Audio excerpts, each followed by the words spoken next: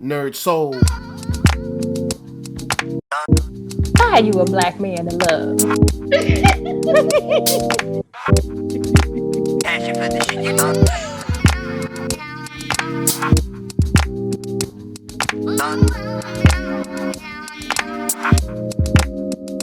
Welcome back, everyone, to Black Together, a walk in her shoes. We thank you for joining us, and we hope that you got a chance to catch up on any past videos, episodes that you had not checked out. We have been gone for 2 weeks.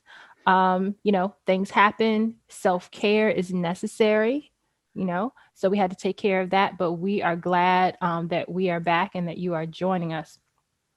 I am Lady Lisa, and I am joined by Madam Buddaphlai. Say hello.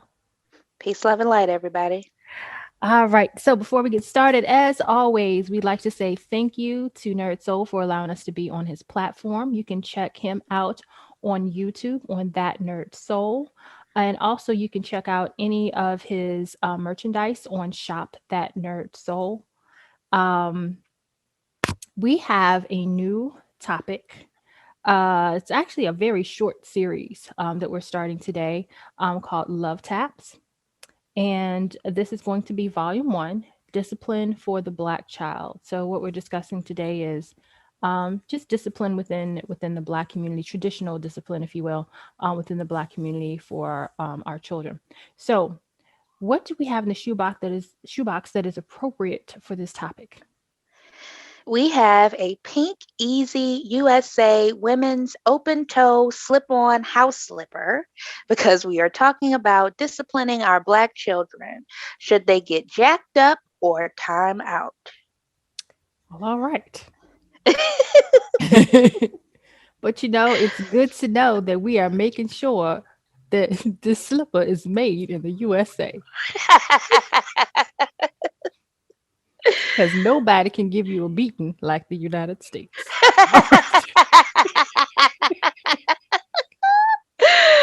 Truth. Truth. All right. Okay, so let's first talk about, obviously, I think this is kind of obvious, but what is the traditional method of discipline we use for our children as Black folks? I'll choose jacking up for 5,000, Alex. More often than not. And I mean, I think, nowadays, I think that it's kind of transitioning, but more often than not, people from our generation, and beyond and before that, you got beat down. Spankings, whoopings, whatever you want to call it, switches, belts, Mm-hmm. Some people I've heard, extension cords, all of that stuff. I didn't experience that. Right. But I definitely experienced the wooden spoon. Oh,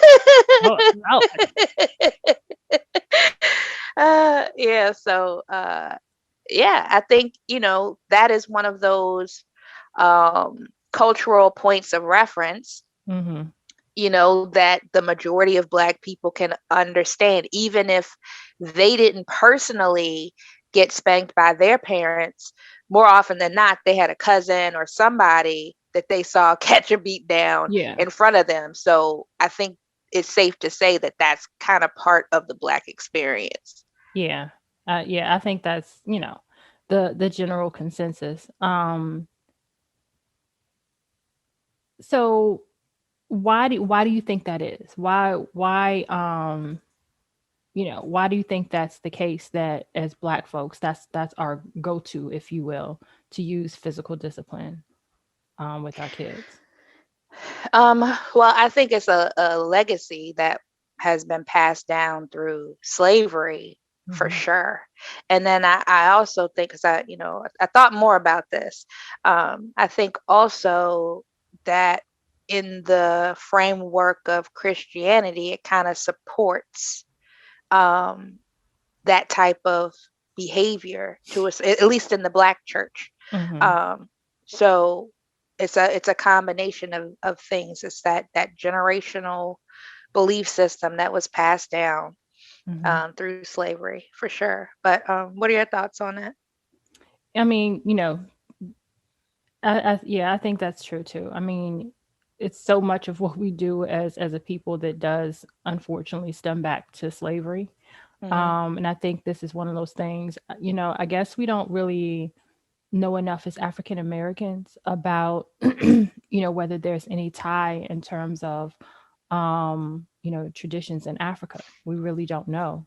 We're still learning all different kinds of things about, possible traditions and ties to who we are in terms of our, ancestors in Africa. So I really don't know. But, I think we can all, like you said, tie this back to slavery. Um,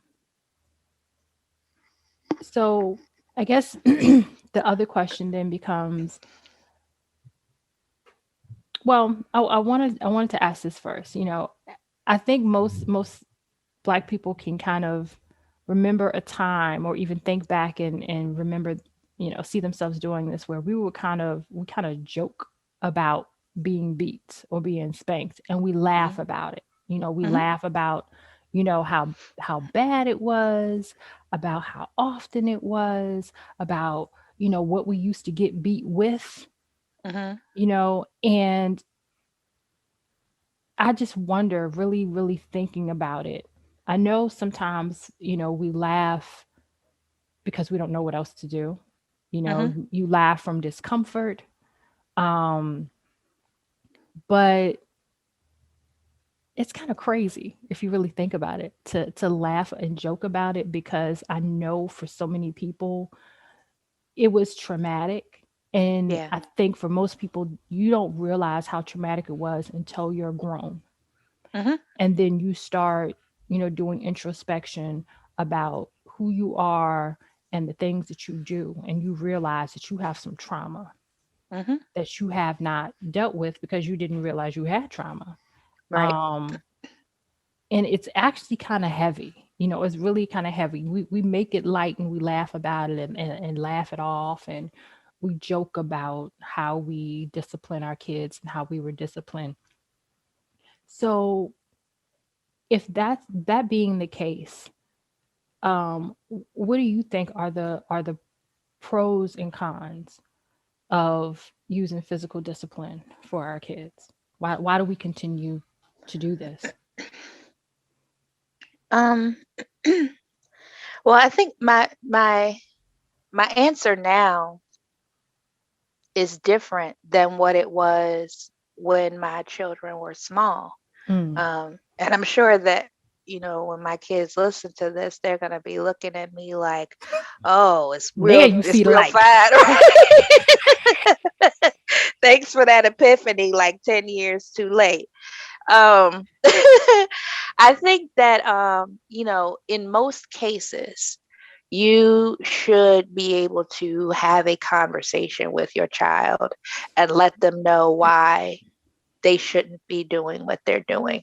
Mm. Um, I think that spanking is a quick go to Mhm. get an immediate correction in Mhm. behavior, Mhm. but it doesn't necessarily connect the dots for the child on why they shouldn't be doing whatever it is that they're doing. Mhm. And so But Black parents ain't interested in you knowing why.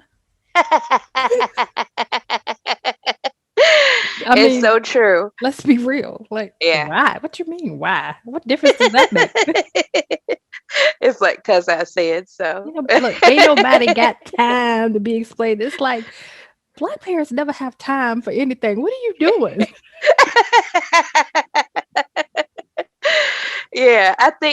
I think that our children would come out better if, when we are disciplining, whatever form of discipline that is, that we explain why the behavior is problematic, Mhm. you know why we're saying something to begin with, because sometimes I think kids think just like adults think, oh, they're just, disrupting my peace. They're just bothering me. It's not a big deal. They're just trying to pick with me or Yeah. whatever, and they don't understand. And there could be something later in life that that life lesson could have taught them Mm-hmm. if it was explained to them as opposed to just spanking, Yeah. you know. Yeah. So yeah, I think Yeah. when you were speaking on the trauma, I mean, it's so true. I think that as a people, we are so accustomed to being treated a certain way Mm-hmm. and suppressing emotions Mm-hmm. and anticipating some type of struggle or obstacle Mm-hmm. that we don't necessarily look at past conditions for what they truly were.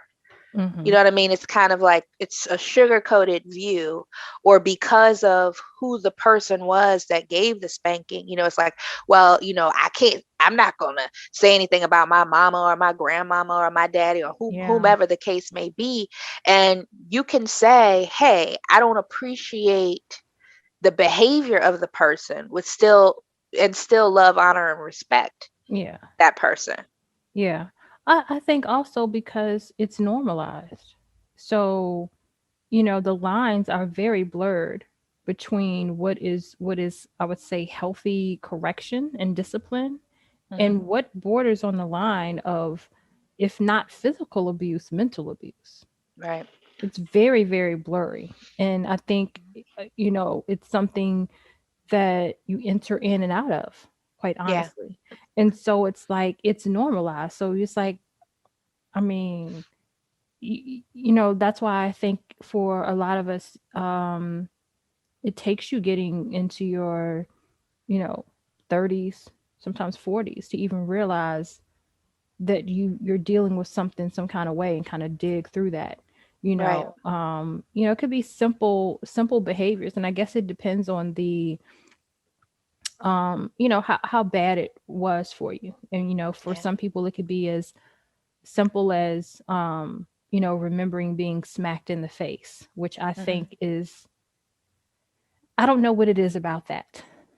Hmm. It's something I think that is demeaning more Hmm. than anything about that. And I know that it happens, and I'm sure it has happened to many a teenager. you know, because you get that quick, sharp tongue, but it's something about that, and then you don't know that you're dealing with an issue with that, and I don't know, all these different things, but I think it is because it's normalized, and we in general, I I think it's just that we're still learning as a people, what healthy behavior is, what healthy discipline experiences are, and honestly, I think very slowly we're accepting counseling, Hmm. and those kind of things. Um, so yeah, that's how I feel about that.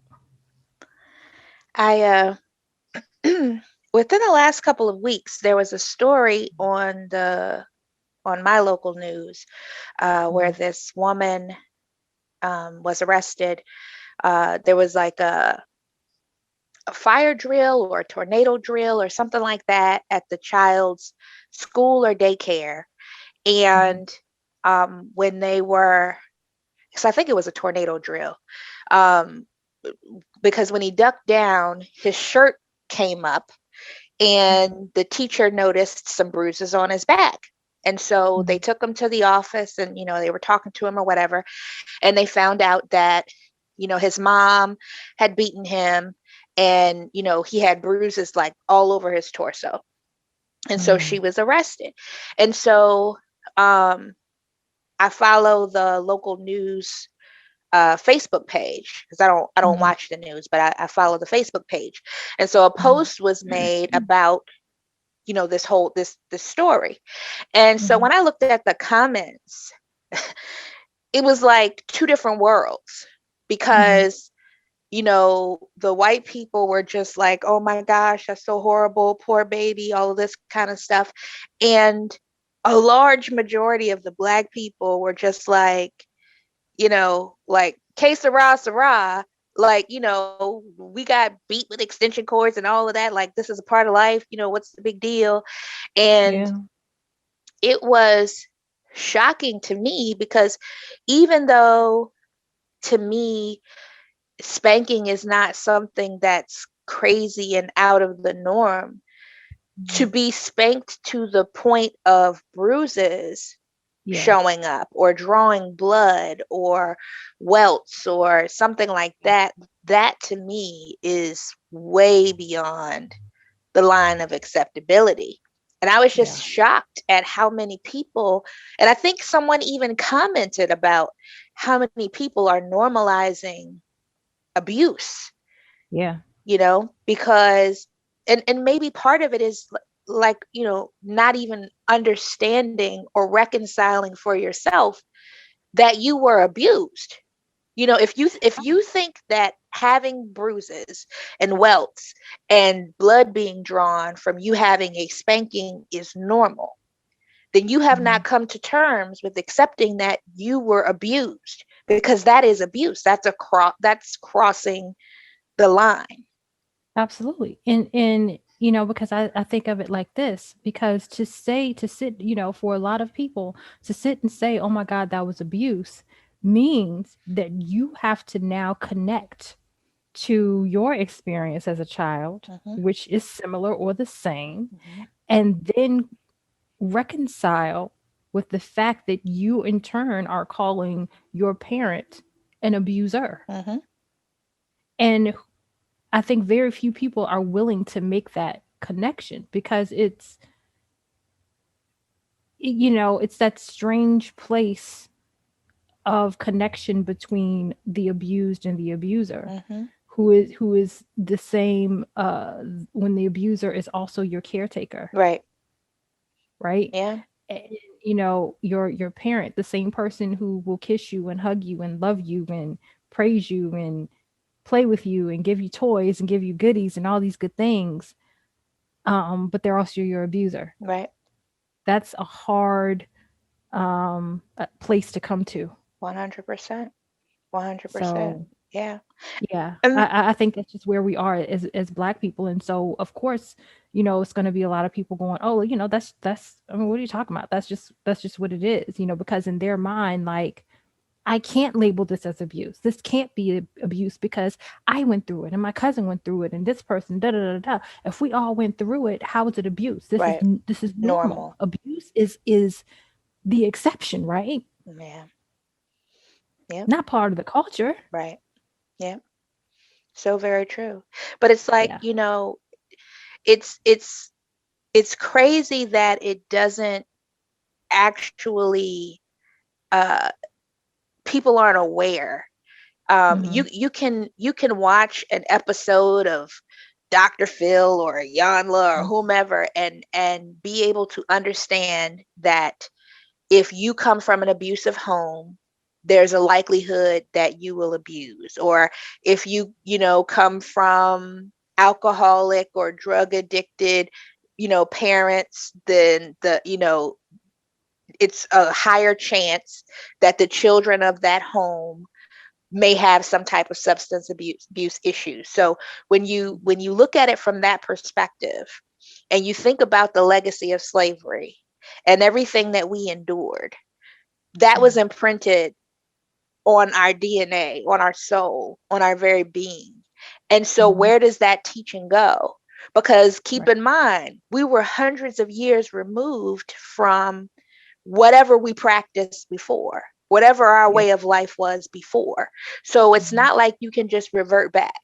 If slavery was a 20-year thing, there would have still been enough people around that could tell the stories of the days of old, and we could Hmm. get back to how we used to live.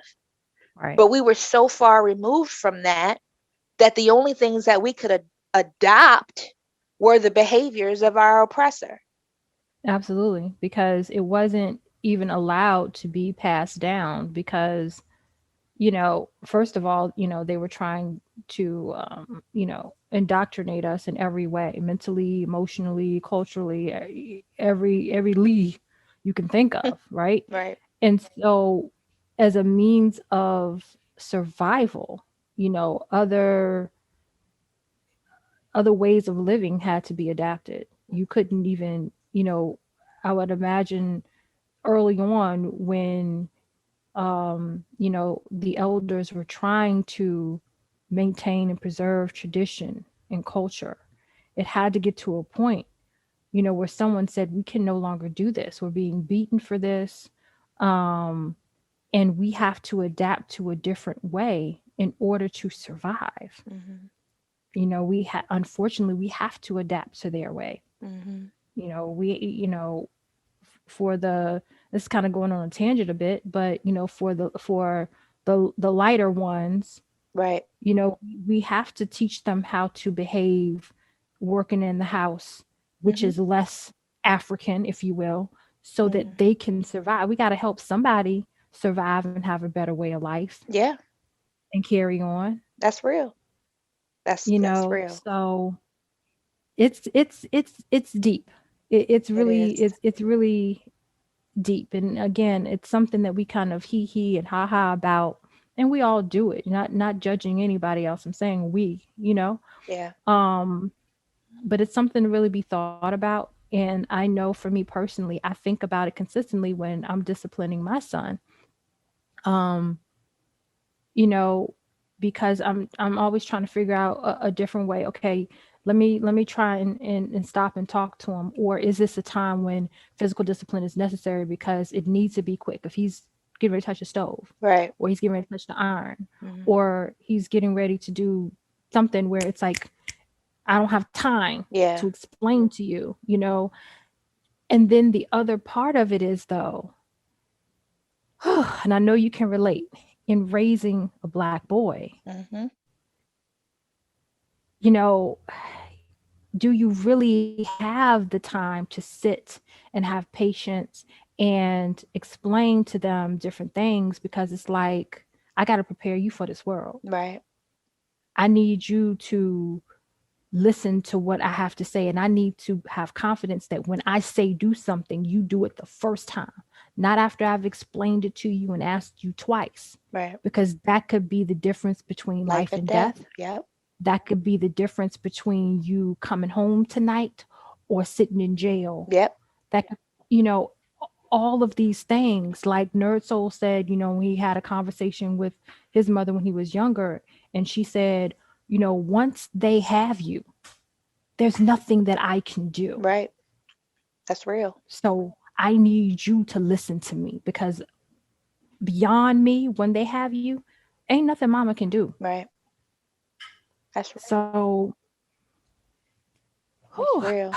And it's even it's a like lot. it's a never ending cycle, because once you become a part of the system, Mhm. there's so many different ways to bring you back into the system.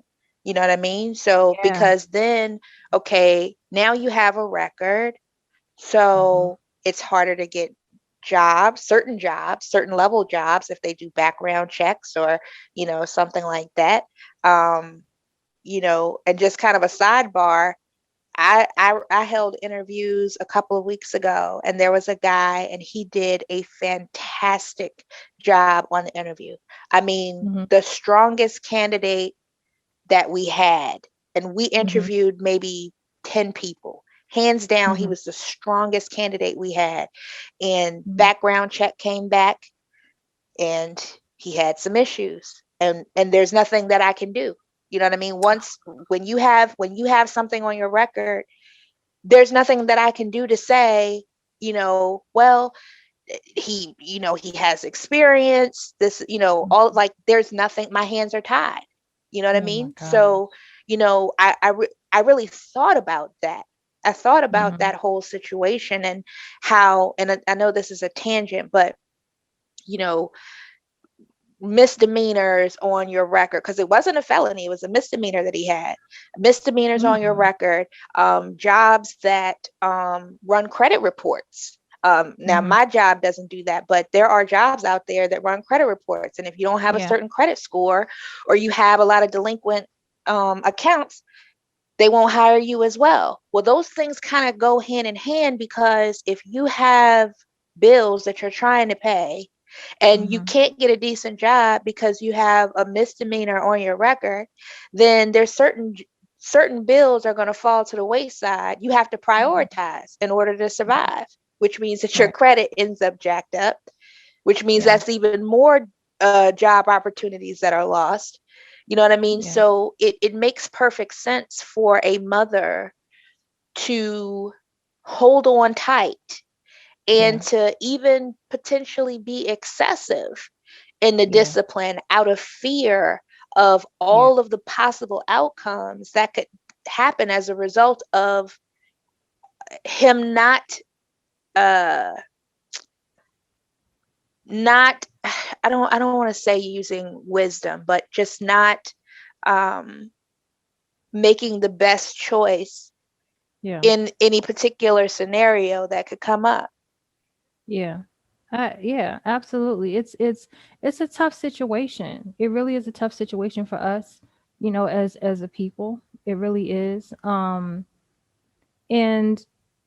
just looking at it on the flip side, because I know I like to look at it as, okay, how is he going to feel later on about this? Is this something, is this a trauma that I am creating for him to have to get over Mm-hmm. later in life? And I don't want to do that. Mm-hmm.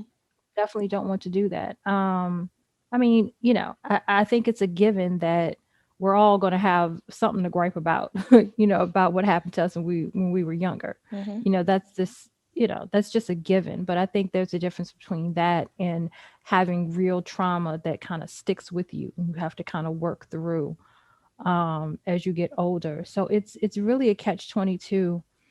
But the other thing I wanted to touch on is I think a lot of it is we have to understand is we have extra stress as Black people, Mm-hmm. period, because of the experience that we have in this country.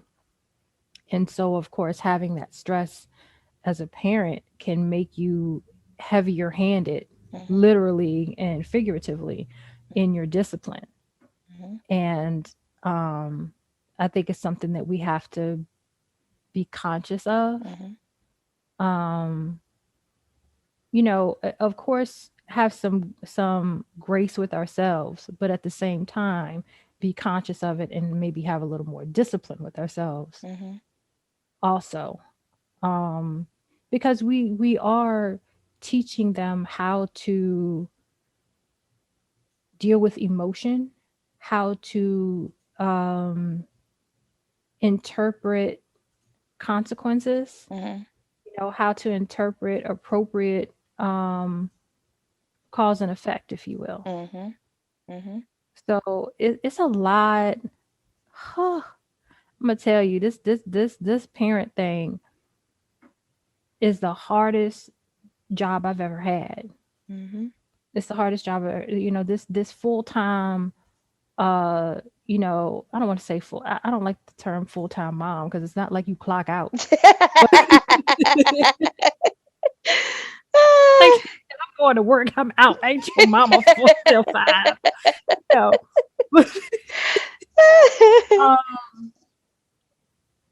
um, so I don't know. I don't know. I have to think of a better term because I don't like that. I don't work outside of the home, but Right. women who work outside of the home are still full-time moms. Right.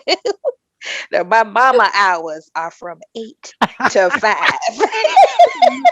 How about from 9 to 5?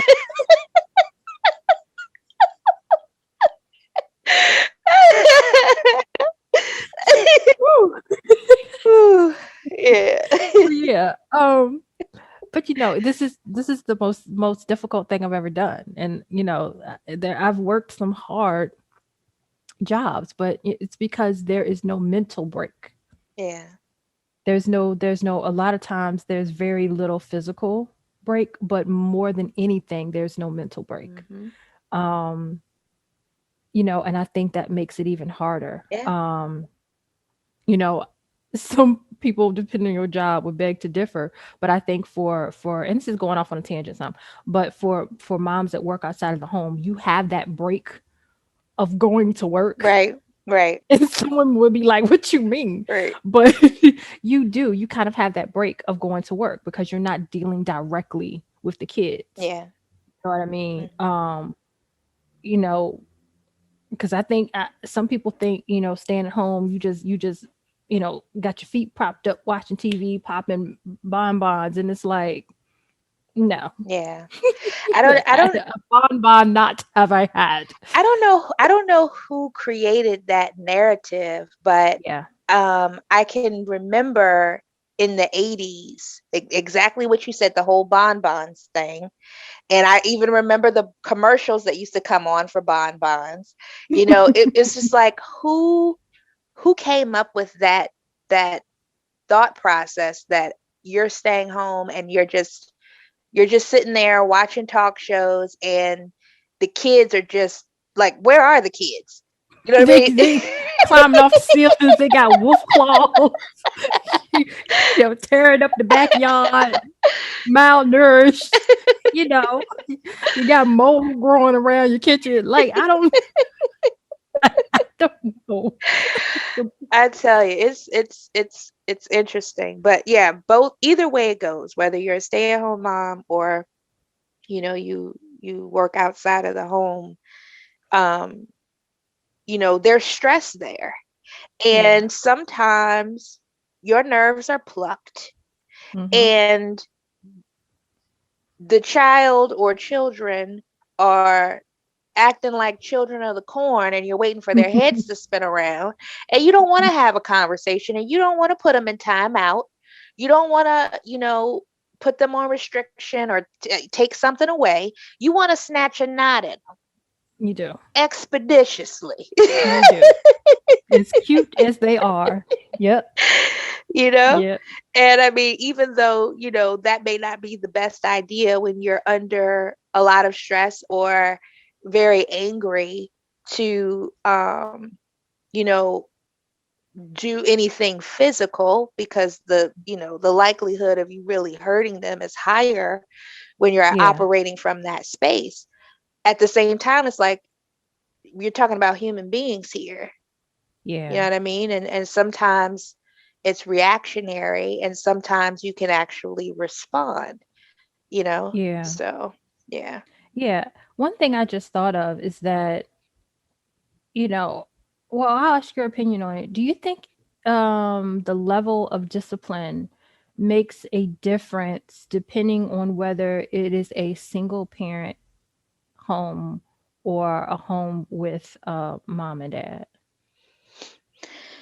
No, I don't think that the amount of discipline is determined by how many parents are in the home. I think the type of discipline is where Mm-hmm. it goes because you could have two parents in the home that are extremely passive and the kids run amok. You know what I mean? Mm-hmm. Just because there are two parents in the home doesn't mean that they're disciplining in a way that is effective. You know what I mean? Mm-hmm. So I think that I think that when you are a single mom, you or parent, you have to be hyper vigilant because you don't have that extra set of eyes to pay attention Mm-hmm. to what's actually happening. You know what I mean? Mm-hmm. Because a lot of times, if there's like real deal issues, there's writing on the wall beforehand that is the precursor to whatever the main event is. So from Mm-hmm. that perspective, having another pair of eyes, having somebody to where you all are helping each other and supporting each other in whatever the method is going to be, Mm-hmm. that those things are helpful, but at the same time it could be a detriment if you're not on the same page. One person Yeah. could be trying to enforce discipline and the other person is undermining you, then the kids are going to run amok as well, Yeah. you know? And that can be a hard balance at Hmm. times. For sure. because you know you may have one that is trying to save the child. Yep. Yep. When the other one is like is coming to snatch him. It's like, wait, hold it, wait. I got it. Wait a minute. I got it. Don't worry about it. I got it. Please, Yes. Hammer, don't hurt him. You Yes. know. That's too So I don't funny. know. It's just something I thought about, but it is, yeah, you do have to be on the same page. But I think there is opportunity for there to be balance. And I think sometimes if you have two parents, you can, and one is kind of like at the end of their rope, and ready to just like go in, the other one can be like, just wait a minute. Yeah. It's cool. I got it. Calm down. It's not that serious, or whatever. Yeah. But that's a thin line because, you know, where does balance end and undermining begin? Right. Right. You know. Right. Yeah. It is. So I don't Yeah. know. Discipline is just, I think it's something, again, as black folks, we're just so used to, this is just how we do it and that's what it is. We don't think anything more about it. Yeah. There's no aftermath, there's no consequence, there's no feeling about it. It just is what it is. Move on with your life. Right. That's true. Um, Yeah. but yeah. I think in light of the whole woke quote unquote Mm-hmm. uh wave that has gone, come through, that Mm-hmm. people are really starting to investigate what traditions that they're keeping alive from slavery. Mm-hmm. I don't think that that was something that was really thought about on this level before. There are different people that have, uh, talked about different things. Dr. DeGruy, Shahrazad Mm-hmm. Ali. Mm-hmm. Uh, Both of whom I love. I do Yeah. too. I do. Actually, I have one of Shahrazad Ali's books. I ordered two of her books. I'm waiting for him to come in, so I'm excited about that. But, um, you know, we've had different people, like little, blips on the radar that would talk Mm-hmm. about these things. But as Mm-hmm. far as like a wave of consciousness to come through, you know what I mean, and deal with different things, like even the whole, being vegan. And there's this whole community of black vegans now, and Mm-hmm. all of that. Like it's a beautiful thing. It's a beautiful thing to see, because that's all part of our liberation, Yeah. you know. So, Yeah, I totally agree.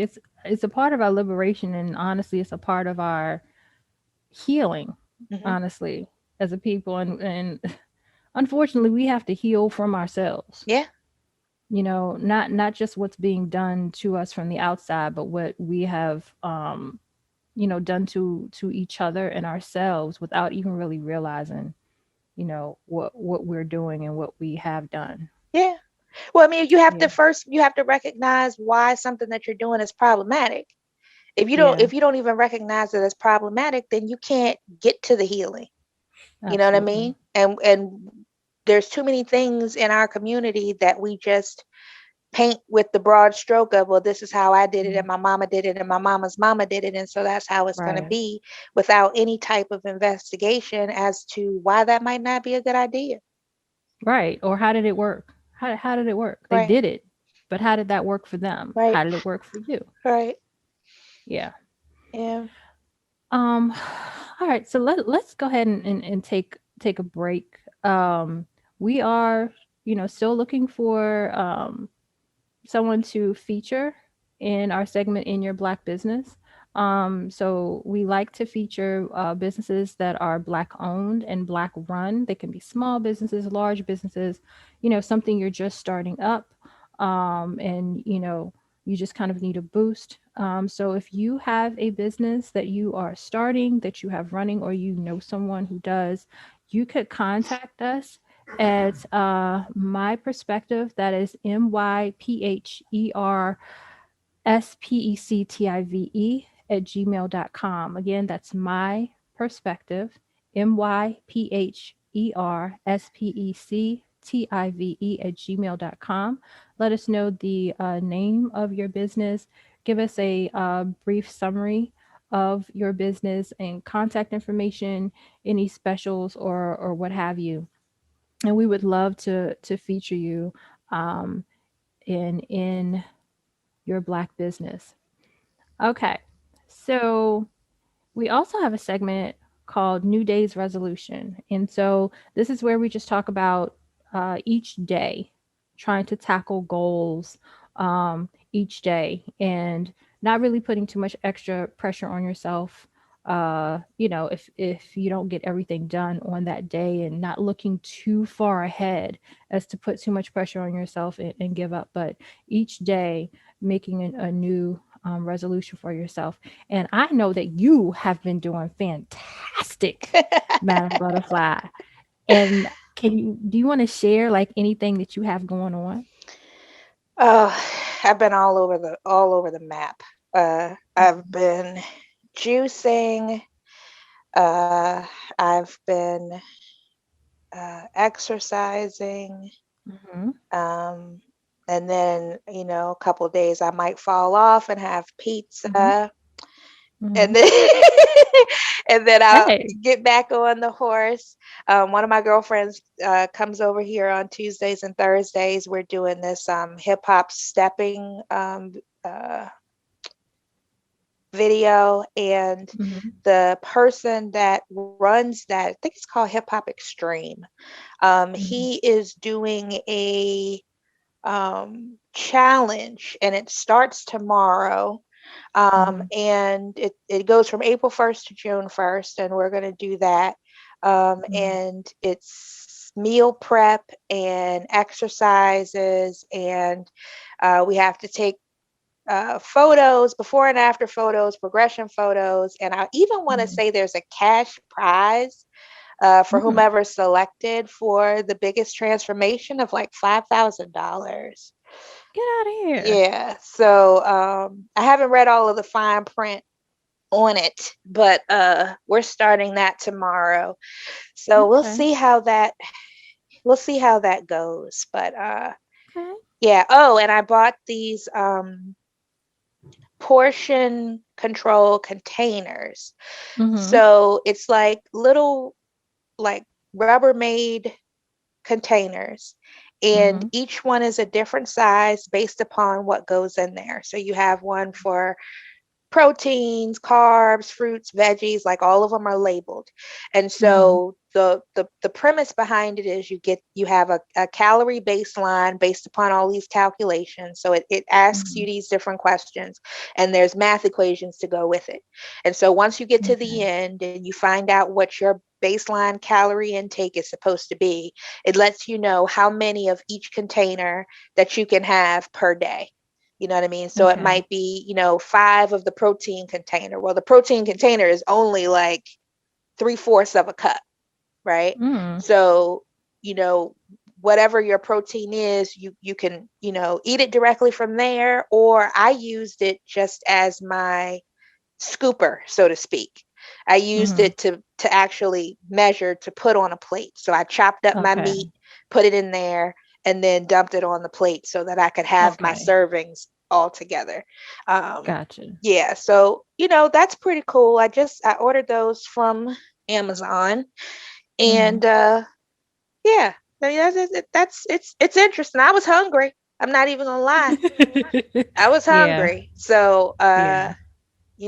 when the fluffy girl is hungry, I don't know how long that'll last. I'll have to figure out ways to trick myself with that. But anyway, Yeah. not to go all Yeah. off on a tangent, but yeah, that's what's going on with me. What is going on with Okay. you? Well, I have gotten back to working on my curriculum.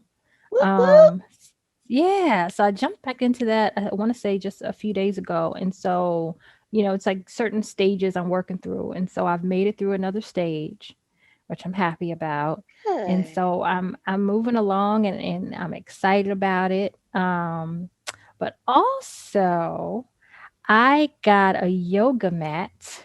Okay.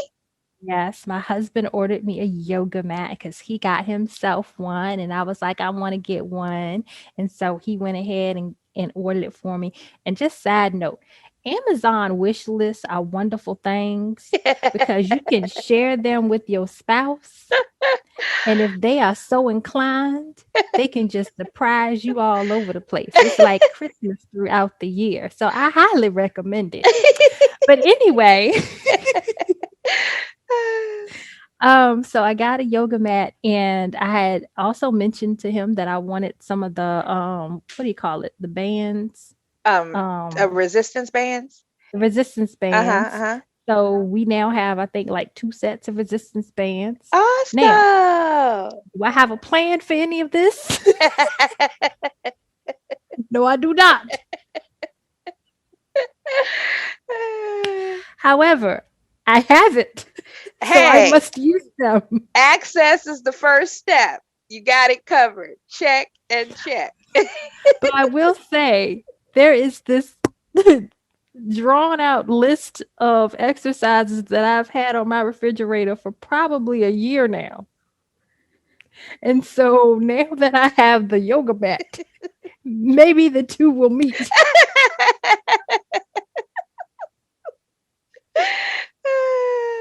Yes. Yes. So, yeah. Yeah. That's where I am, and that's what I'm going to work on. So I'm still working on the curriculum, and I am going to my goal for the yoga mat, my goal is to find a short, maybe like 15-minute yoga program to do every morning, Mm-hmm. to kind of have my few minutes, before the little one gets me going, to get up and have my few minutes to kind of like stretch and meditate and do all those kind of things. Mm-hmm. So that's something I definitely do want to do. So I'm going to be working on, incorporating that into my everyday. Awesome. Yeah. That's exciting. Yeah. So we will uh, keep y'all posted on our progress with everything we have going on, and we hope we are inspiring you all to kind of jump into this new day's resolution. Again, if you fall off, or don't do all you want to do today, guess what? Start again tomorrow. Indeed. So. All right, so let's go on to footnotes. Footnotes is just where we talk about, different things that have occurred, um, you know, in the meantime of us having planned this. Of course, things are still going on, Yes. locally and nationally and what have you. And uh, what are some things that it seems like we've had a few Yeah. things going on? Yeah. Yeah. Footnotes is jam packed today. Yeah. The first thing that has been trending for the last few days is Lil Nas X new video, Montero. Hmm. And if you have not seen it, um, I advise that if you do watch it, make sure that there aren't any small, impressionable children around. Yeah. Um, I am not one that would say I could identify a little Nas X song outside of the Old Town Road song or whatever. And that was Neither I. just from videos on social media. Um, Yeah. but I saw clips of it first, Hmm. and I was clutching my pearls. And then I said, you know what? Let me look at the whole video, because there could be something in there could be some context that's missing, because Hmm. I'm seeing the shocking parts. Yeah. So did you watch the whole video, or did you see the clips? I watched the whole video. I knew nothing about him having anything going on at all, and NERDSoul told me about it. He was like, "Oh, he's got a new video out." And I was like, "Okay." He's like, "Let's watch it." I'm like, "Okay." And I'm sitting here like, with my mouth like open Yeah, in shock the whole time. yeah. Yeah. So for those who haven't seen it, let me just kind of give a summary of what happens, and then we can kind of go into it.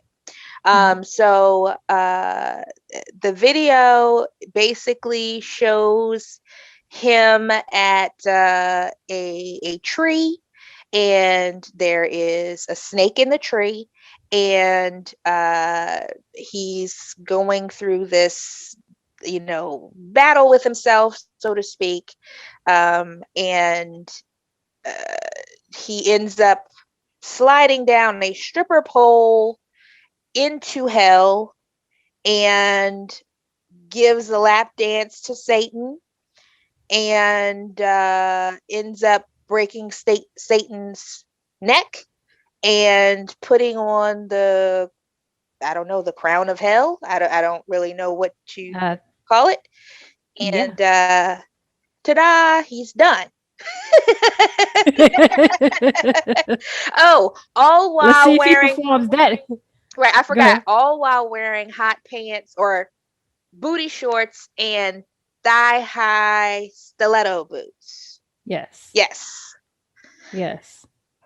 So, Uh, I'd say he's no longer on the Old Town Road. well, he did come out not too long after the whole frenzy from Old Town Road. He did, Of come course. out and say that he was homosexual, and that's, Yeah. total he's And go ahead.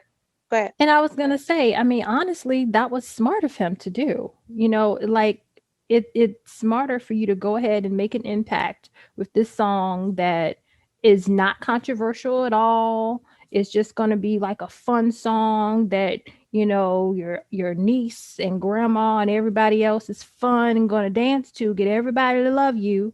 And then I mean it's actually a smart thing to do because I understand that there are going to be some people that have something to say or just don't want to like your music at all, because you come out as gay, and that's Right. just reality. Right. So it was smart on his part. That's a side note, but it was smart on his part to do it that way, honestly. Yeah, I agree. Um, so what are your thoughts about the video? Because my I have some, what let me just say, what are your thoughts on the video? My thoughts about it have honestly been all over the place. First off, it was shocking, and I think that was the goal. Hmm. Honestly, I really think the goal was uh the, the shock value of it. Hmm. Um and honestly, my first thought was to be like, "Oh, this is just horrible. This is just ridiculous, and this, that, and the other, and it's demonic and all this kind of stuff." But then, I've seen different people post and make different points, and I had to think about it too. There are, movies and TV shows within the last few years that have had demonic themes center around, Satan, witchcraft, all these different things that kind of come together. And people are kind of like, okay, that's what this show is about, Hmm. right? But, and so if we're not jumping up and down about that, then why are we jumping up and down about the video? Hmm. My only issue would be because with Old Town Road, he did kind of cater towards kids with it. He was making the tours, going to schools and singing Old Town Road and all this kind of stuff. And so I feel like he's pulled in kids as his fans, like purposely. It's not like they just happen to like it. No, you're making tours to these schools to sing Old Town Road. And so they're your fans. And so I don't, I feel a way about that. And then the whole attachment with that is that he publicized this uh, letter to his 14-year-old self Hmm. about all of this. And so, and for me, this has nothing to do with him being gay. To me, that's not the issue for me. It's the I don't know. It's the disturbing, imagery, with the devil and all that kind of, and hell and all of that is just And I don't know. The other thing I thought of was he's kind of feeding into something that people say. Some people say that uh, living a gay lifestyle or being gay is demonic. Some people say that it's satanic, right? It's evil. And I feel like he kind of fed into that. And I don't know if he did that on purpose to kind of be tongue in cheek. Mm, I don't know. I really don't know. So my feelings about it have kind of been all over the place. mm, Yeah. What yeah. about you? Um, I've I've been all over the place too. The first clip that I saw was just the lap dance part. Mm-hmm. And so my initial reaction was just like, what in the world is going on here? Because it Mm-hmm. seemed like in that, which it was like a 15 seconds.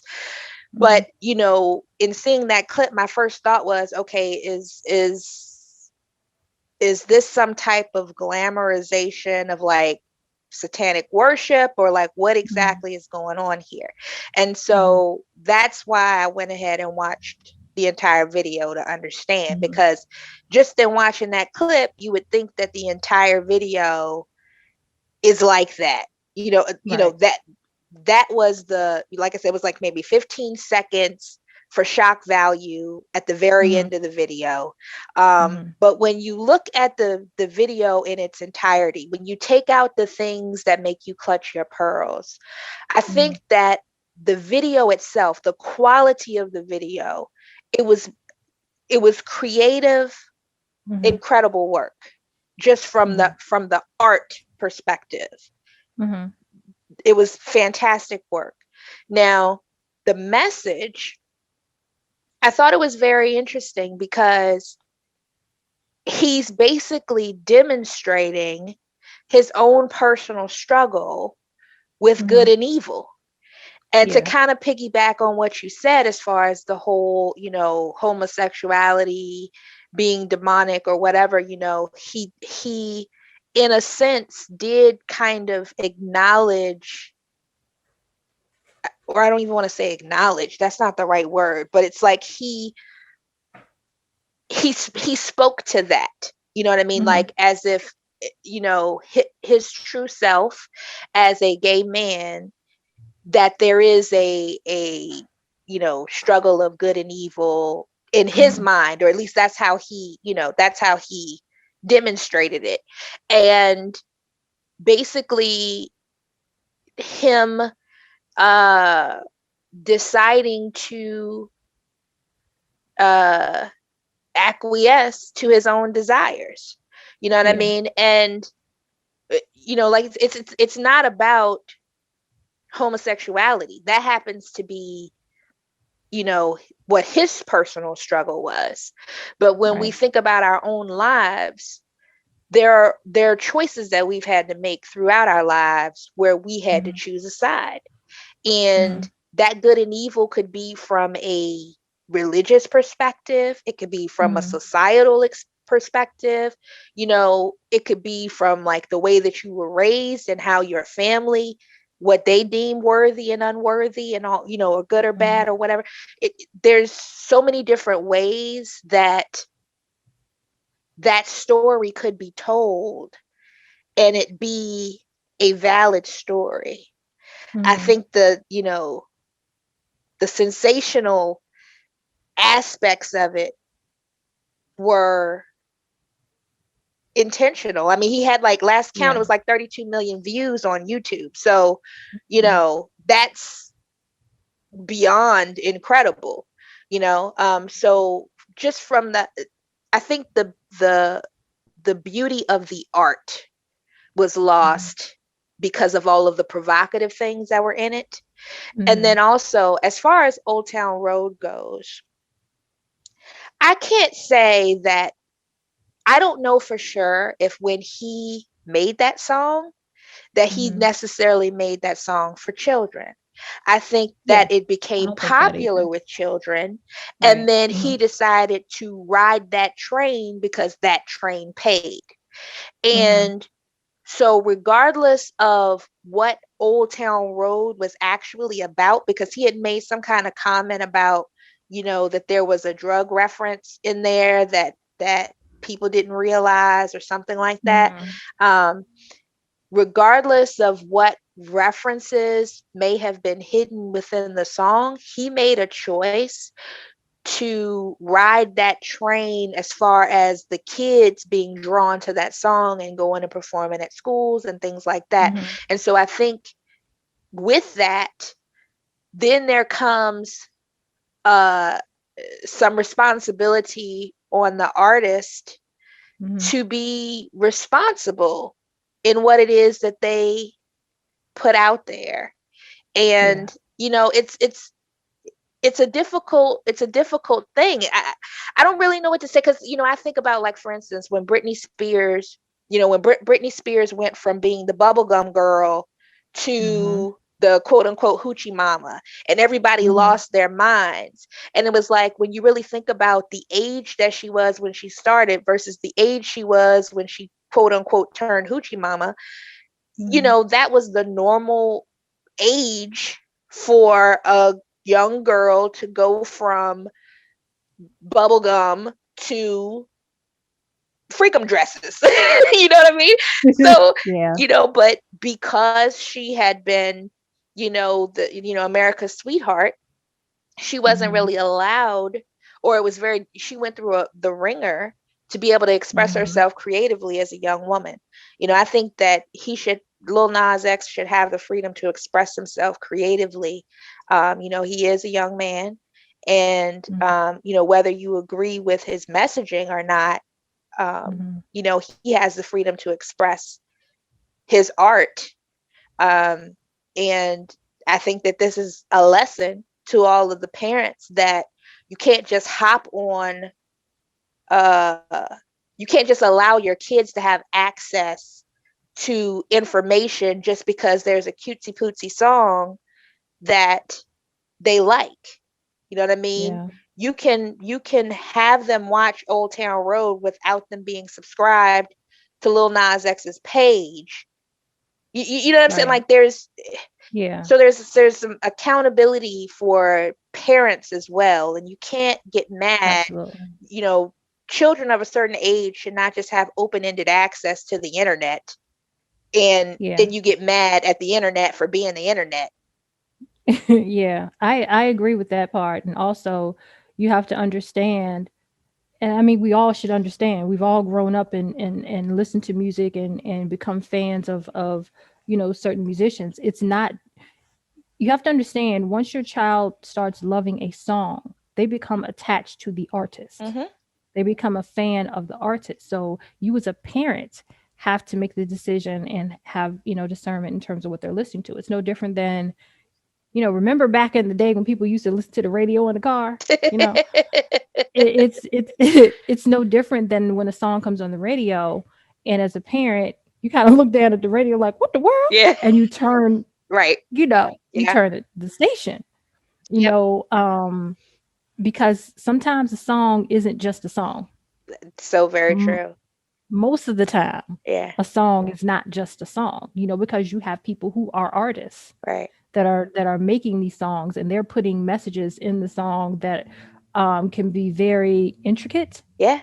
And even though your child doesn't understand those messages at the time, they will over time. Yeah. And NERDSoul and I were having this discussion, and I was saying it's no different than when you take, your child to church from when they are babies and raise them up there. When they first start to clap and to sing and to dance and shout, they have no idea Right. what they're doing, what it means, Mm. but it is being instilled into their spirit Mm-hmm. Mm-hmm. as they grow. And as they grow, that connection is being made between their spirit and their mind. Mm. That is true for religion. Mm-hmm. That is true for a million different other things Mm-hmm. that children are exposed to and learn. Yeah. So I'm saying, and this is not, this is not attacking him at all. Mm-hmm. I think it's just we all need to be aware, of what's out there. And I agree with you. He has a right to express himself however he wants to. And I do think we do need to be careful about, and I had to check myself on it, about being you know, hypocritical in terms of wanting to jump on, what he's doing, and ask ourselves, why are we being more hypocritical? Because, I had to think about, well, I've watched the show Lucifer. I like the show Lucifer. Mm, And there are other shows that have, characters that are Satan, or, Satan like, and it's like, but why is it okay to watch that right. when you have people having full-fledged relationships with Lucifer? Lucifer's like just walking around living a life, you Mm, know, but then we jump on this. And I think it's just, we have to kind of check ourselves, and yeah. for bias, quite honestly, Well, and in terms. this is just a sidebar because and I know we Mhm. have to move on to the next thing, but like where where in the Bible is a description of Satan in the many ways that he is depicted in movies and television? We have kind of constructed Mhm. this image of what Satan is, and Mhm. really that the ideology of Satan is Mhm. about a behavior and Mhm. um an attitude, and Mhm. you know what I mean. Mhm. So it's Yeah. like we can totally disregard our behavior towards other Mm. people, our um inability to show mercy and grace, our unwillingness to see humanity in others. And we don't view that as satanic. Right. But you see a red man sitting in a chair and all of a sudden clutch the pearls. I can't watch this because somehow this red suit is going to infiltrate my spirit. And I'm going to Mhm. really start doing the stuff that I've been doing the whole time that I didn't identify as being satanic. Just saying. So moving to the next topic, because you just rolled over a whole slew of toes. Hope you had on your steel toe boots. Okay. No, because they got on the USA slippers.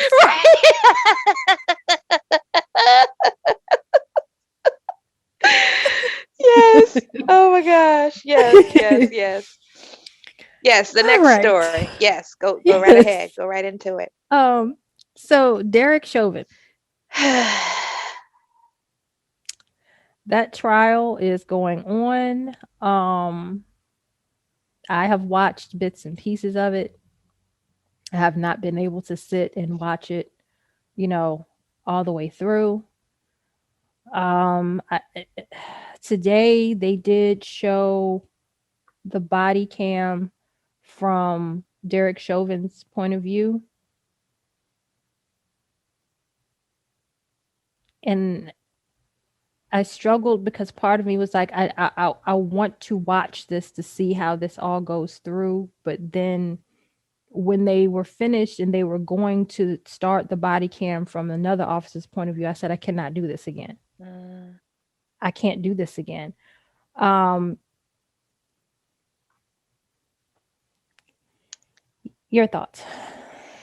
Um, usually with these types of public trials and stuff like that, I'm all about it. I'm in it. I don't miss any of it. Mm-hmm. And I have not watched not one piece of it. I have not looked Yeah. at any of the write-ups. The only thing that I know about it are the things that my mother told me about it because she's been watching it. For Mm-hmm. me, um, I don't care what he has to say about why he did what he did. Yeah. The bottom line is this: it doesn't matter whether the $20 was real or fake. It Yeah. doesn't matter if he had drugs in his system. what matters is that he chose to put his knee on this man's neck for 9 minutes. And I don't care who you are or what the situation is, the only possible outcome from being on someone's neck for 9 minutes is death. Yeah. And so I really don't want to hear a whole lot of fluff and nonsense about, you know, these loopholes that are conveniently made to justify murdering us. I'm just not Yeah. interested. I Um, agree. but what will be interesting is the outcome. Um, I don't really, I, I've already said to you that hope is a hustle.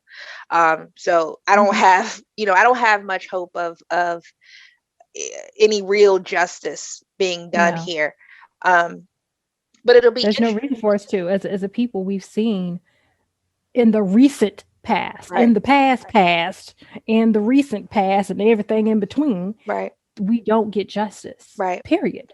These murderers do not go to jail simply because of their profession. right. So, and even if they happen to go to jail, they come home to a large GoFundMe account where they don't ever Mm, have to worry about working again. And that's the mm, part of it that's extremely problematic to me because they're still being incentivized to murder us one way or right. the other. I mean, just think about it for a second. If somebody said to you, "Hey, I'll give you $1 million if you go to jail for a year," there are a lot of people that would take up that offer. You know what I Mm, mean? And if you are a racist and you get to kill a black person on top of that, well, isn't mm, that a bonus? You know what I mean? yeah. Like they're not being penalized in a significant enough way for them to take a second thought before they pull the trigger. Because if Yeah. that were the case, they would have stopped pulling the trigger, Yeah. you know? Absolutely. Absolutely. So, Um, yeah. you know, yeah, we'll see what all they come up with, Yeah. all the reasons and the intricacies and the loopholes and the policies and Yeah. blah blah blah. And I mean, um even if he's convicted, what will the sentencing look like? Is it going to be a mm, time served type situation and then, right. lifelong probation or some nonsense like that?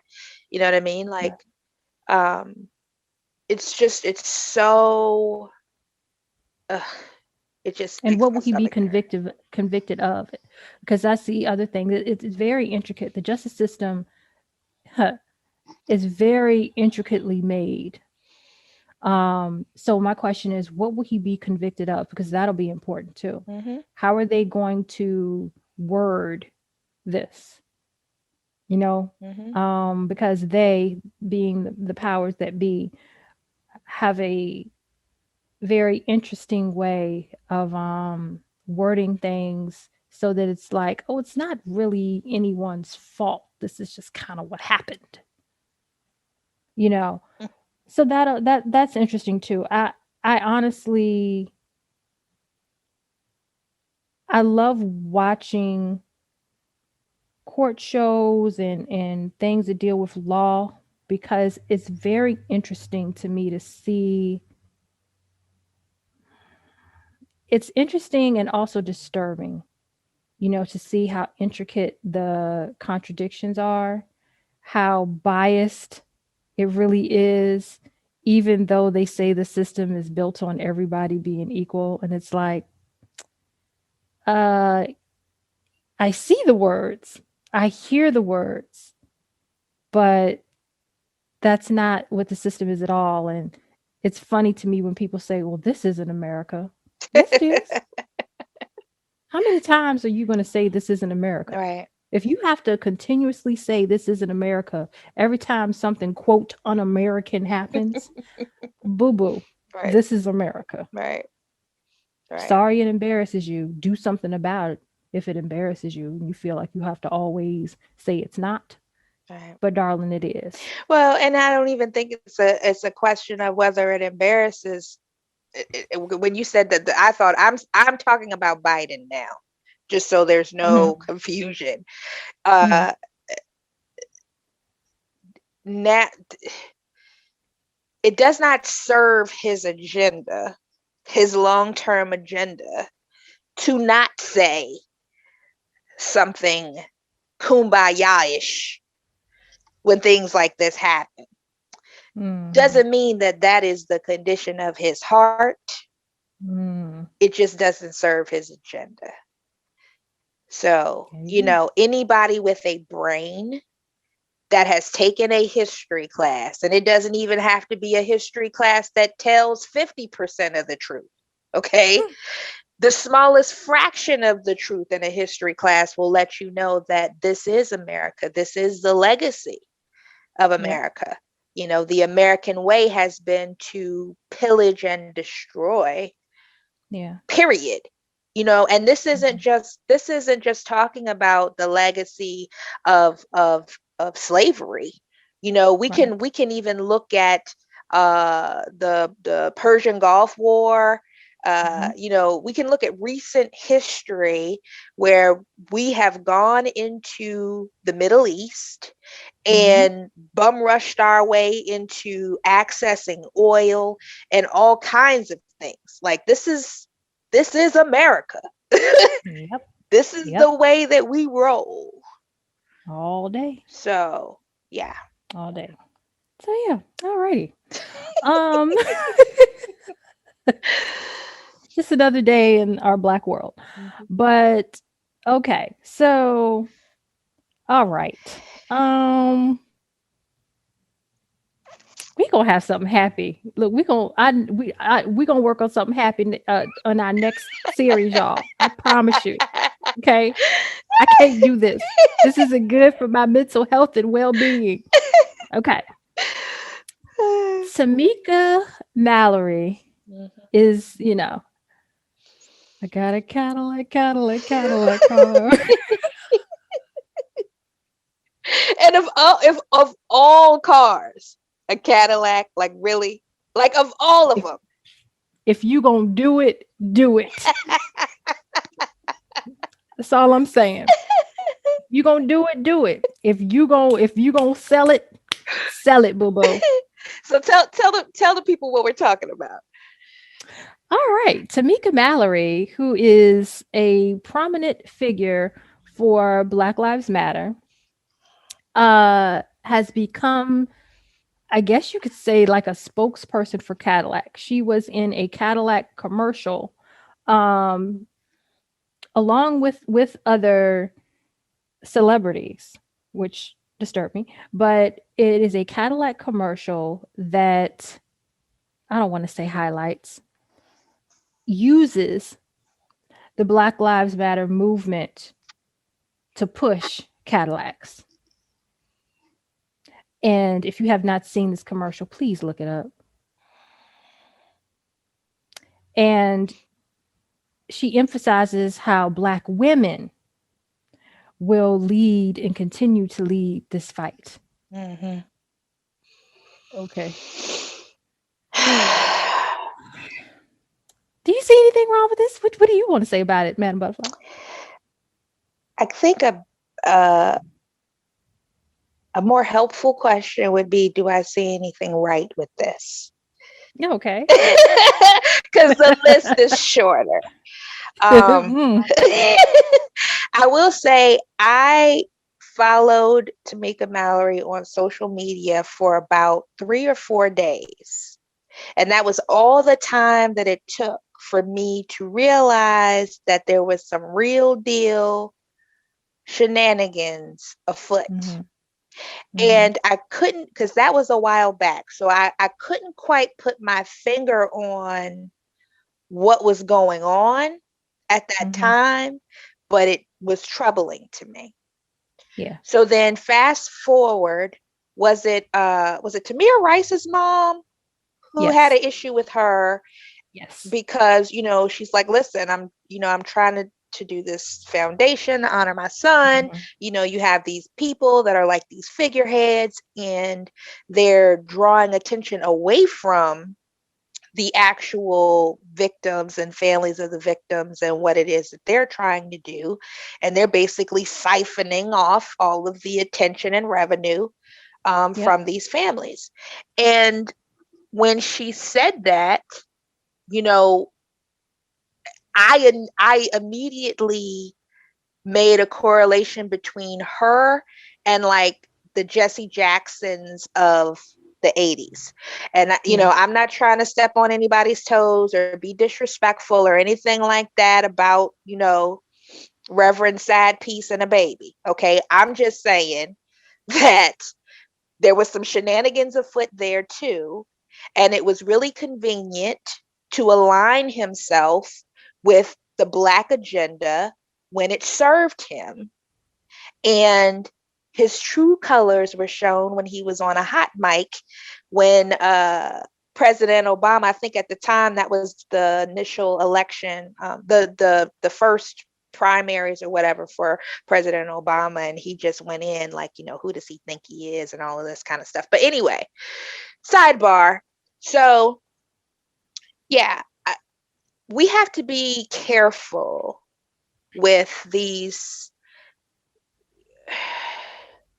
I already have a problem with the Black Lives Matter movement for a lot of Yeah. reasons. Yeah. That's the first thing. But when you start talking about corporate sponsorship, a person who is quote unquote an activist being a part of a corporate sponsorship, you have to start looking with the side eye, because one of those things is going to take precedence. Both cannot work side by side. You cannot truly go hard for your people and making sure that laws and regulations are put in place to keep us from being murdered, and at the same time have Cadillac lining your pockets. It's a conflict of Yeah. interest. Well, I think also is, see, it hasn't been made clear if Cadillac is a sponsor, or if you get what I'm saying. That's the other issue. Mm-hmm. Is Cadillac sponsoring Black Lives Matter? Is it, or is Tamika Mallory using her position Mm, in Black Lives Matter to hold celebrity enough mm, to be in a Cadillac commercial? I don't know. yeah. And she, she's been evasive and very unclear about it. And my other thing is, why does she feel that it's okay for her to use Black Lives Matter to help push Cadillacs? And what is Cadillac given to the Black Lives Matter movement or Black people in general in return for this? When has Cadillac ever said, in all these years that this has been going on, all this time it's been going on, when has Cadillac ever stood up and said Black Lives Matter? When have they have? I'll go on their website and see. Maybe I could be totally wrong. It could be on there. They could have put it on the banner or whatever, like Amazon did. I have to give it to Amazon. Amazon just went totally black Yes, fist they did. for a little bit. They did, but I, I haven't heard about Cadillac doing it. And within the commercial would have been the time for them to be like, "Oh, don't forget, we gave y'all some money," because that's what companies do, Right. right? Mm-hmm. So I would have thought within that commercial, maybe at the end, um, Cadillac has donated X amount of money to Black Lives Matter or to whatever to Mm-hmm. do with Black folks. The fact that that was not there tells me that they ain't given one red cent to nothing. Mm-hmm. So what are we doing? What are we doing? What are we doing? Yeah. and that, this, we had a conversation in a previous episode, and I can't remember the young lady's name who was making all of these references about, you know, Ice Cube having to, basically has to wait his turn because, she had been, doing this for 20 years and all this kind of stuff. And this is exactly why we can't just have a figurehead or Yes. one uh, agency or group or whatever word you want to use Yeah. to rally for our needs. We've seen it in Absolutely. history, whether it was through assassination or whether it was through being compromised, Mm-hmm. because, for whatever reason, it's not a good look to have a handful of people or one particular movement to thrust us into equality. Like, that's not going to work. Yeah. Our issues are so convoluted Mm-hmm. that we need all types of groupings and individuals and all of that to get this thing going. And I'm Absolutely. just like, I am, I was already disappointed and looking at her with the side eye, with the feminism references and all of this Yes. nonsense. But this just, for me, this fully stamps it. I mean, it was already stamped for me anyway, but um, yeah, there's no confusion for me about who she is at all. None.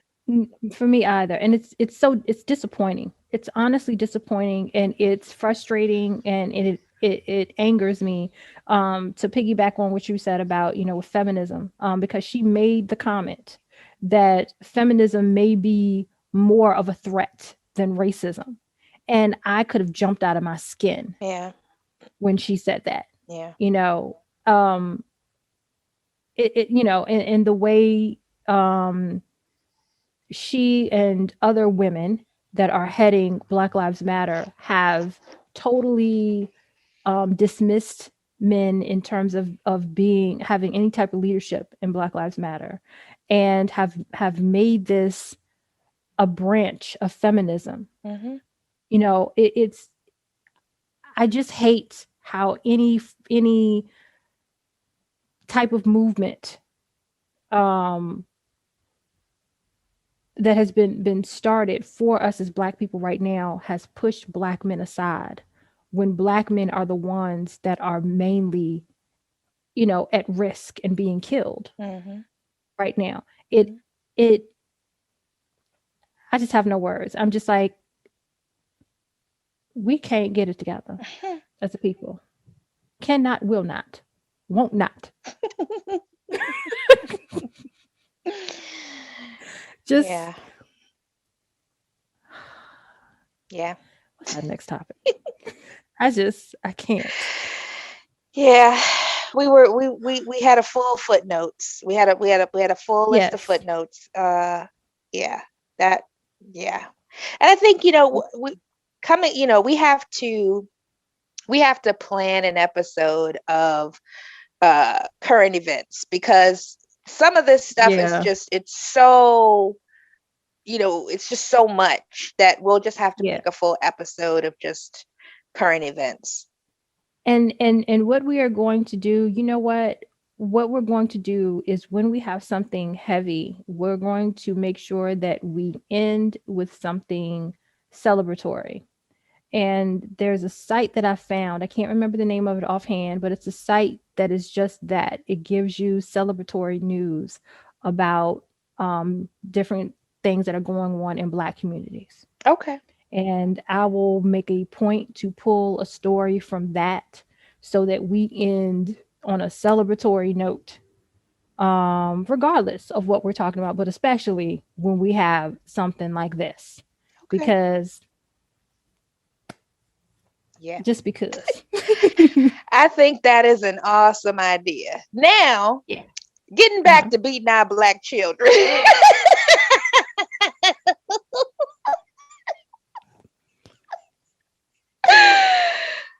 Whew. Yeah. Yes, and the psychological effects of such. Let's talk about that. Let's talk about that. Oh my goodness. My goodness. Yeah. Uh, uh, yeah. Um, I had a lot of questions to pose for this episode, and I know we're running kind of long. But yeah. Uh, psychological uh the psychological aspects of it. I mean, Yeah. I think that anytime that you are anytime that you are explaining away feelings of being violated, Mhm.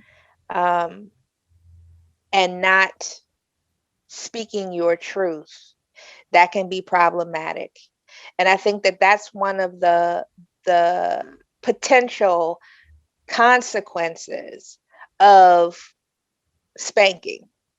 Mhm. And I want to be clear, because I think that I don't want I don't want to put it out there like, oh, if you spank your child, they're going to have psychological problems. No, I think that there's a place in discipline for spanking, and I think that there's a place in discipline for other things as well.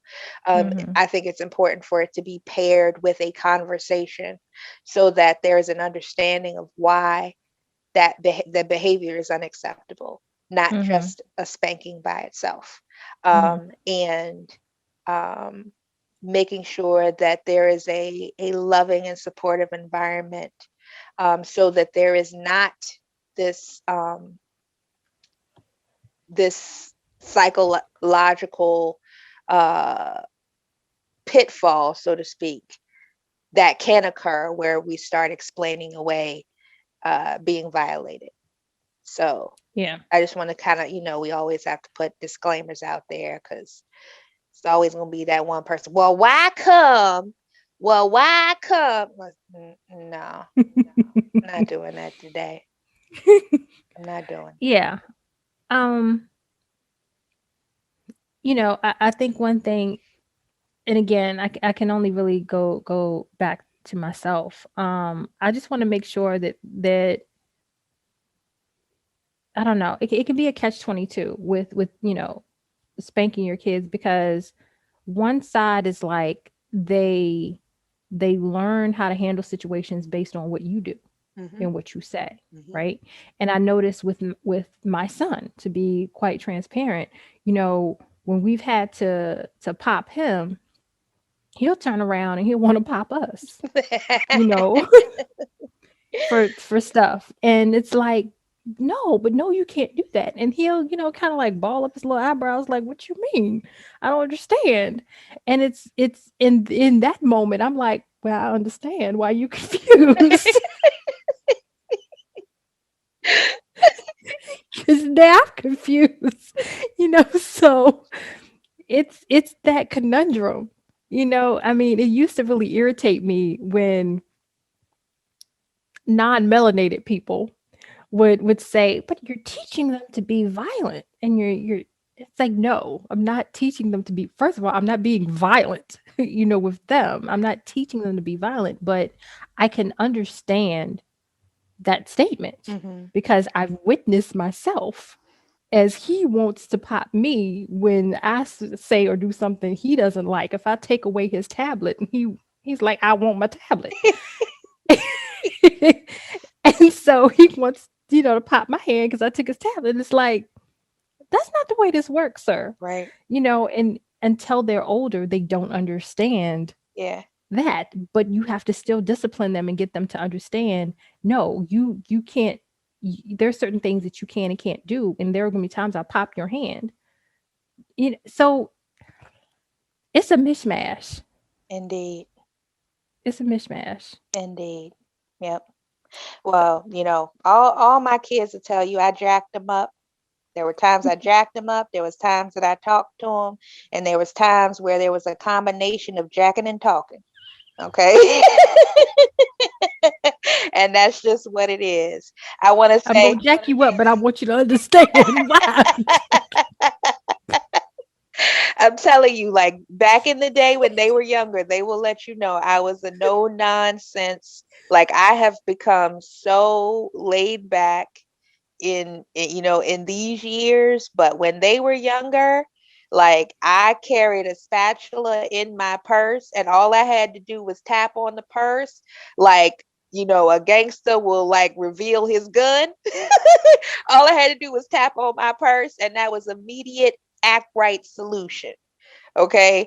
uh Well, see, I missed all that because I've always known you as the very soft-spoken, calm, cool, in control mama. You would always talk to them so nicely and so sweetly. And I was just always like, oh, this is just so nice. and then as soon as the door closed, I turn around and be like, I'm gonna burn this house to the ground.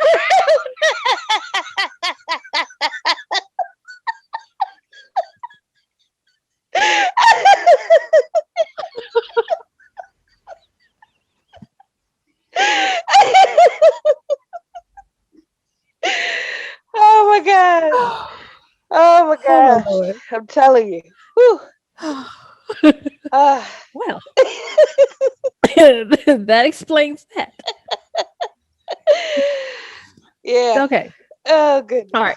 So last part, alternative methods that differ across, there are methods, of course, that differ across class and more recent generations. So let's talk about what are some alternative methods that some people are learning to practice now, Mhm. or this might be, I don't want to say necessarily better because that sounds a little judgy, but an alternative. Yeah. Um, I I think that talking to your kids is best um the best way to build a strong relationship and connection. And it doesn't matter whether um, it is as the conversation is the result of something bad that has happened or something good that has happened. I think it is beneficial to just start out from the jump having a good level of communication with your children. And that way, when they do act out, you can let them know why what they're doing is not um, acceptable. And all of that can continue on as they get older and even in your relationship with them as an adult. There's still that level of respect for you as the parent, but at the same time Yeah. they will come to you, ask you for advice, seek your wisdom, as opposed to um, the fear being driven home so hard that they feel like you're not approachable in everyday life circumstances. Yeah. What are your thoughts? Yeah. I mean, I agree. I agree. And I think, of course, we all know that talking to them isn't going to always be, what works. And, in reality, we're always going to kind of fall short sometimes. We're going to act out of anger and we're going to do these different things. So I think the other thing is that for us to keep ourselves in check, because that's what it really comes down to. Mhm. Um, to always keep ourselves in check and to differentiate between our kids also and understand that one child may need a lighter hand, if you will, Mhm. where another child needs a heavier hand. Mhm. And I think that's the main thing, you know, really thinking about it and having a plan. We can't just, not really think about what our plan is and what we want our discipline to look like. Mhm. We really have to think about that and not just say, well, I'll just figure it out when it happens, because then that's when you know, the fly squatters and the cords and the slippers come out. you know, that wasn't in the plan at all, you know. So we have to be more purposeful in terms of disciplining our kids. And that goes along with raising our kids in general, but that's a whole nother show. Right. So yeah. Indeed. Indeed. Yeah. So this was a full and heavy show. Indeed. Um But what did y'all expect after we've been gone for 2 weeks? Exactly. So, we appreciate all of you for listening, as always. And again, I hope you all were able to kind of catch up if you hadn't been able to catch all of our episodes. But if you still need to catch up, you can still check us out on That Nerd Soul on YouTube. Again, this is Black Together, A Walk in Her Shoes. This was part one of our new series, Love Taps, and we will have part two next week. So again, check us out on That Nerd Soul on YouTube. So bye, y'all. Peace, love, and light, everybody.